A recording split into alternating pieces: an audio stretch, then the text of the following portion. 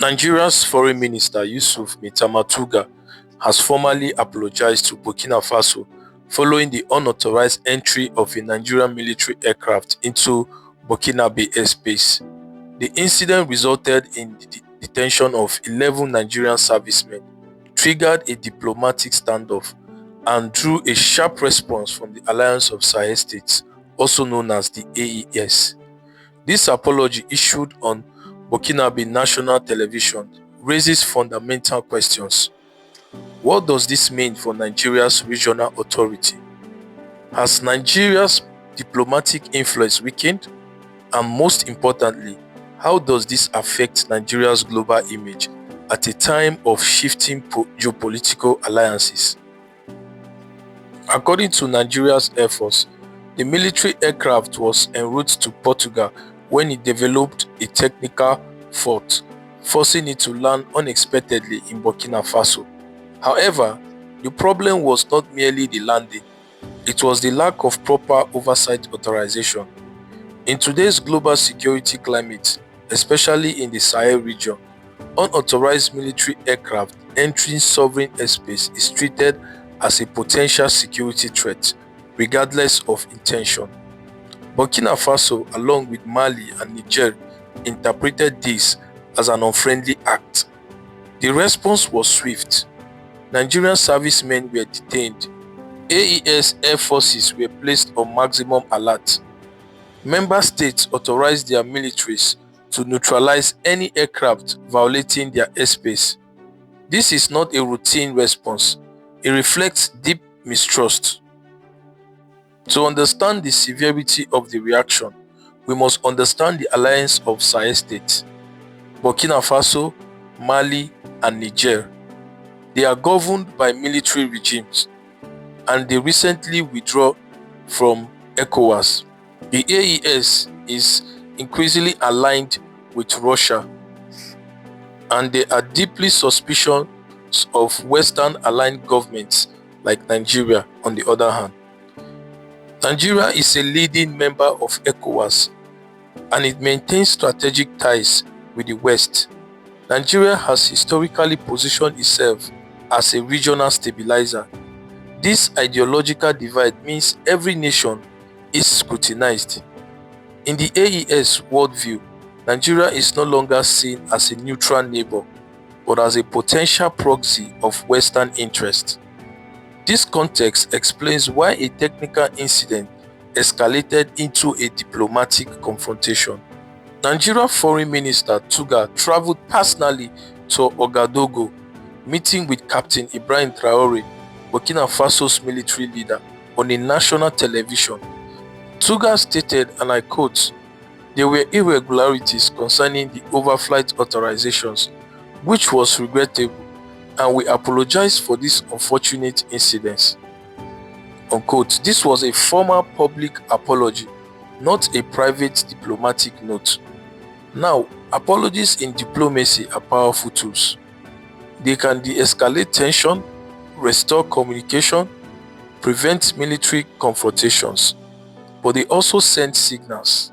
And this apology sent multiple signals, both positive and concerning. Please, I want to make a passionate appeal before we proceed. Please, 96% of people who watch these channels are not subscribed to this channel. When you are subscribed to this channel or you like the content, it helps YouTube algorithm to push this content to more viewers. Please subscribe and like this channel. It helps Impact Media to grow. Thank you. On the global stage, Nigeria has long projected itself as West Africa's leading power, a peacekeeping heavyweight, a country with diplomatic maturity. This apology presents a mixed image. The positive perception of this apology is that Nigeria will be seen as being responsible. And secondly, Nigeria prioritizes peace over pride.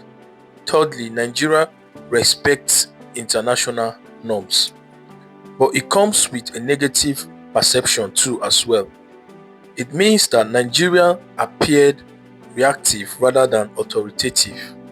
Secondly, that the detention of its soldiers raised questions about Nigeria's diplomatic leverage with other West African countries.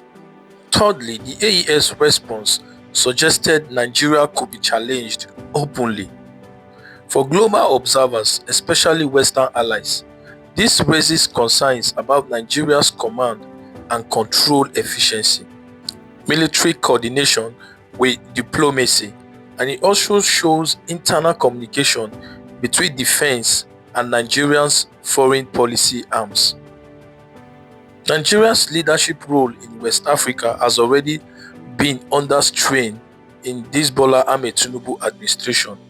The ECOWAS AES split has weakened regional unity, and this incident exposes how fragmented the region has become.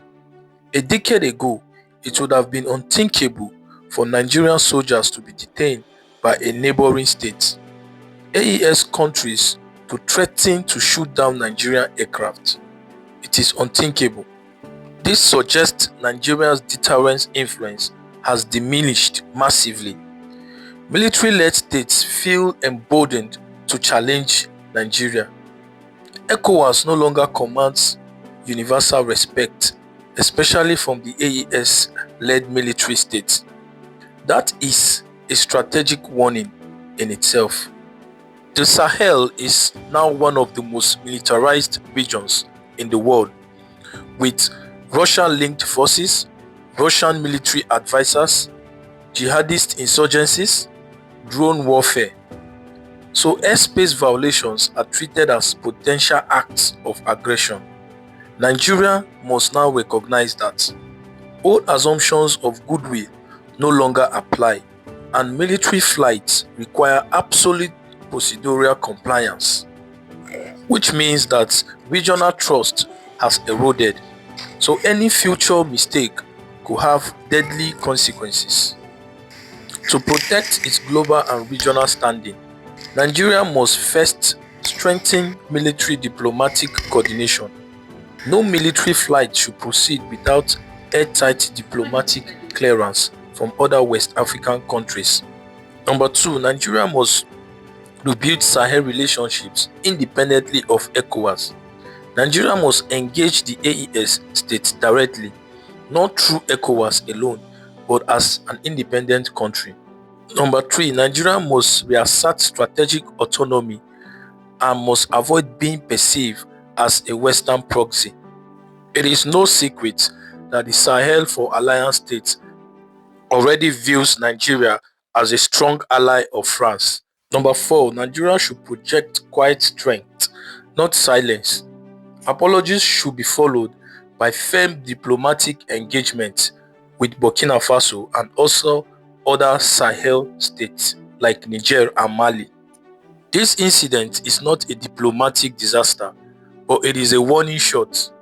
Nigeria remains Africa's most populous nation, a military heavyweight and a diplomatic force. But the region has changed dramatically these few years. Power is no longer assumed, it must be actively maintained.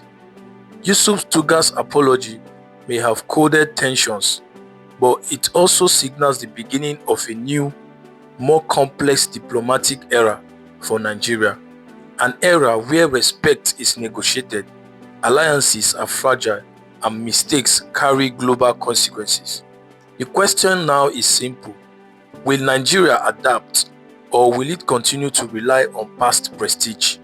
Please comment your thoughts in the comment section. Let's have a conversation about this. Thank you. I'll see you again in the next video.